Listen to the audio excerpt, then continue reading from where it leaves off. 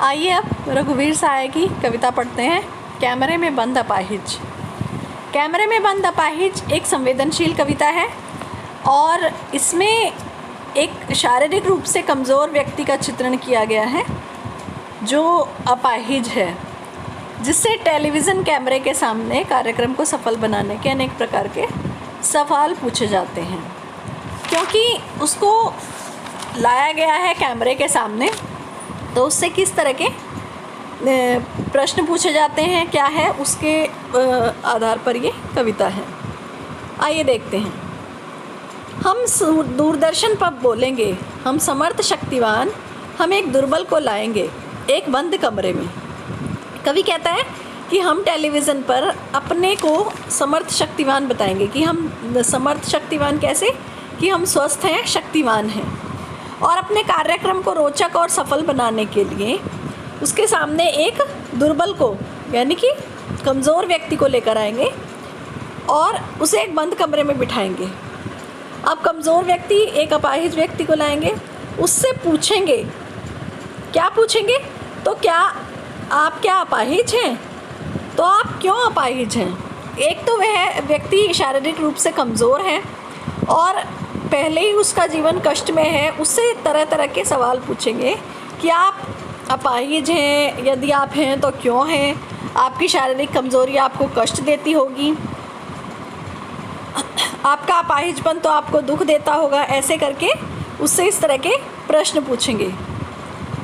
फिर आगे वो कहते हैं, उन्होंने देखिए यहाँ पे कोष्ठक में या ब्रैकेट में क्या दिया हुआ है, कैमरा दिखाओ इसे बड़ा बड़ा, कि मतलब कैमरा चलाते हुए वो क्या दिखाना चाहते हैं कि किस तरह से उनके शरीर जो पूरी तरह से स्वस्थ नहीं है, कहीं उनके हाथों पैरों को दिखा रहे हैं, कहीं उनके शरीर को इस तरह से वो दिखा रहे हैं बार बार।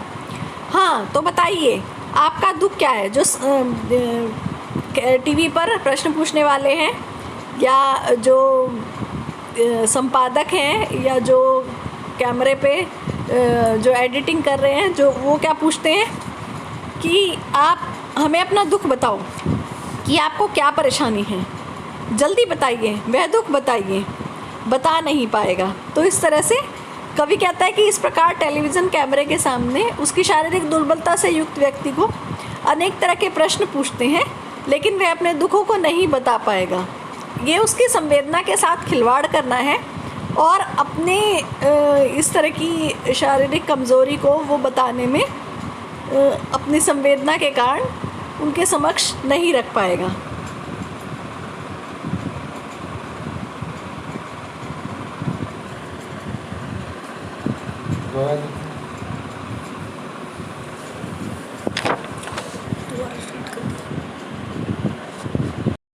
अब देखिए वो क्या कहते हैं, सोचिए, बताइए आपको अपाहिज होकर कैसा लगता है, कैसा, यानी कैसा लगता है। अब इसमें कवि क्या बताना चाहता है कि टेलीविज़न के सामने जो व्यक्ति बैठा है, अपाहिज व्यक्ति बैठा है, उससे इस तरह बार बार प्रश्न पूछे जाएंगे और उसको इशारा करेंगे कि आप इस तरह बताओ कि मुझे ऐसा लगता है, दुखी होकर बताओ। इस तरह से बताते हैं कि वो हम खुद इशारे से बताएंगे कि क्या ऐसा, मतलब बार बार अपाहिज व्यक्ति जो है, वो कमज़ोर व्यक्ति जो है, उसको इशारे कर करके, ताकि उनके टेलीविज़न को बढ़ावा मिले, उसके दर्शक वर्ग बढ़े, इसलिए वो इस तरह से करते हैं। सोचिए, बताइए, थोड़ी कोशिश करिए, यह अवसर खो देंगे। अब देखिए फिर से कोष्ठक में इन्होंने क्या लिखा है, यह अवसर खो देंगे। आप जानते हैं कि कार्यक्रम रोचक बनाने के वास्ते हम पूछ पूछ कर उसको रुला देंगे। इंतज़ार करते हैं आप भी उसके रो पड़ने का। करते हैं, यह प्रश्न पूछा नहीं जाएगा। देखिए अब वो क्या कहते हैं कि जो दर्शक वर्ग है वो ऐसे व्यक्ति को देख रहा है और बार बार क्योंकि कैमरे वाले इशारा करके उसको कभी अपाहिज बताने के लिए कहते हैं, उसको रुला देना चाहते हैं ताकि उसको रुलाएं, और कटाक्ष करते हैं कि हम टेलीविज़न कैमरे वाले क्या करते हैं, किसी की भावनाओं को नहीं समझते। यहाँ जो कवि है वो क्या कहता है कि हम किसी की भावनाओं को नहीं समझते। हम क्या, चाहे वो कितना भी दुखी है, कितना भी परेशान है उसको पूछ पूछ कर प्रश्न हम रुला देते हैं। अब कार्यक्रम को केवल कवि कहना चाहता है कि कैमरे वाले ऐसे हैं, वो कार्यक्रम को मनोरंजनपूर्ण बनाने के लिए बार बार अपाहिज व्यक्ति से प्रश्न पूछ पूछ कर उसे रुला देते हैं। और दर्शकगण जो व्यक्ति देख रहे हैं ना, वो भी मनोरंजन के लिए उस अपाहिज व्यक्ति के रोने की प्रतीक्षा करते हैं। कवि कहते हैं करते हैं, यह प्रश्न पूछा नहीं जाएगा। अंतिम लाइन में देखिए वो क्या कहते हैं, वो कहते हैं कि ये प्रश्न दर्शकों से नहीं पूछा जाएगा कि आप रोने पड़ने का इंतज़ार करते हैं या नहीं करते हैं, लेकिन कवि कटाक्ष करते हुए कहता है कि दर्शक वर्ग भी उनके रोने का इंतज़ार करते हैं।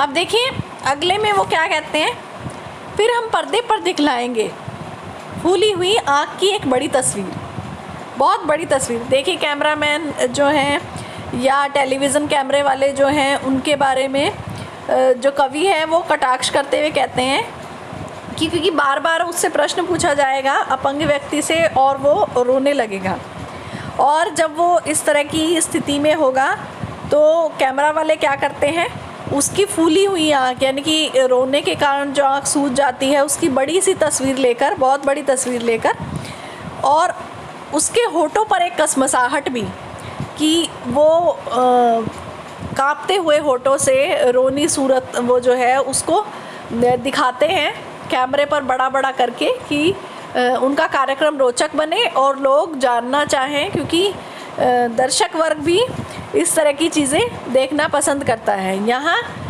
दर्शकों को रुलाना भी कार्यक्रम वालों का उद्देश्य है।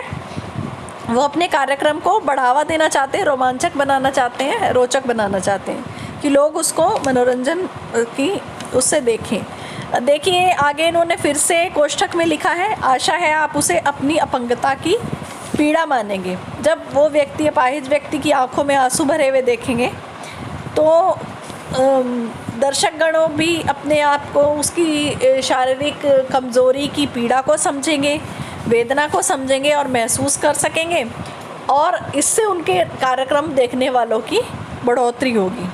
कैमरे वाले पर्दे पर इस तरह से सब दिखा रहे हैं, तो इस पर कवि कटाक्ष करते हुए कहता है। अब देखिए अगले काव्यांश में क्या कहता है कवि, एक और कोशिश दर्शक धीरज रखिए, देखिए हम दोनों एक संग रुलाने हैं, हमें दोनों एक संग रुलाने हैं। कौन दोनों एक संग रुलाने हैं, देखिए क्या कहता है कवि यहाँ पे। कवि कहता है कि दूरदर्शन वाले टेलीविज़न कैमरे के सामने बार बार अपाहिज को दिखाते हैं। दूरदर्शन वाले दर्शकगण से आग्रह करते हैं कि आप धैर्य रखिए, हम एक और प्रयास करके आपके समक्ष अपाहिज की पीड़ा को दिखाएंगे। कैसी पीड़ा, कि हम इस तरह से अपाहिज की वेदना का चित्र दिखाएंगे जिससे कि दर्शक तथा वह अपाहिज दोनों एक साथ रोने लग जाएं, क्योंकि उनका कार्यक्रम ही रोचक तभी बनेगा, मनोरंजक तभी बनेगा तब दर्शक भी रोएंगे और अपाहिज भी रोएगा।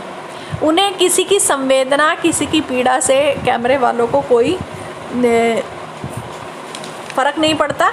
वो बार बार कैमरे को इस तरह से अपाहिज की आंखों की तरफ, कभी उसकी सूरत की तरफ इस तरह लेके जाते हैं, उसके अपाहिजपन को बार बार इस तरह दिखाते हैं कि दर्शक वर्ग और वो अपाहिज स्वयं दोनों रोने लगे, आप और वह दोनों। कैमरा बस करो, अब देखिए क्या लिखा है कोष्ठक में आगे, कैमरा बस करो, नहीं हुआ, रहने दो, पर्दे पर वक्त की कीमत है। पर्दे पर वक्त की कीमत है, कैसी कीमत है पर्दे पर, क्योंकि हम जानते हैं कि एक एक पल जो है एक एक निर्धारित समय होता है कार्यक्रम के लिए, तो इसलिए ऐसा कैमरा वाले कहते हैं कि पर्दे पर वक्त की कीमत है। और जब हम देखते हैं कि अपाहिज की पीड़ा को बार बार इस तरह से दिखाया जाता है, तो जब जैसे ही कार्यक्रम ख़त्म होने वाला होता है, समाप्त होने वाला होता है, तो कार्यक्रम के बंद होते ही दर्शकगण भी हंसने मुस्कुराने लगते हैं। कवि कहना चाहता है कि दूरदर्शन पर ये बताया जाता है कि ये कार्यक्रम जो सामाजिक संवेदना से संबंधित था वो अभी आप देख रहे थे। जो कवि है उसका व्यंग्य या कटाक्ष इस बात पर है कि वो सामाजिक संवेदना उसमें है कहाँ। जो उसमें दिखाया जाता है कि वैसे तो सामाजिक संवेदना जो पीड़ा है अपाहिज की वो उसमें प्रत्यक्ष रूप से दिखाई जा रही है, लेकिन वो दिखाई केवल अपने कार्यक्रम के लिए जा रही है, क्योंकि संवेदनशील मुद्दों पर बातचीत करना और उसको बार बार क्यों हुए आप अपाहिज, क्या आपको कष्ट होता है अपाहिज होकर, तो इस तरह के प्रश्न की उसको आँखों को बड़ा बड़ा करके इसलिए दिखाया जाता ताकि वो और ज़्यादा लोग उससे जुड़ें, और जितना लोग जुड़ेंगे उतना ही कार्यक्रम जितना मनोरंजक होगा उतने ही लोग उसको देखेंगे और उससे उनका कार्यक्रम और ज़्यादा बढ़ जाएगा।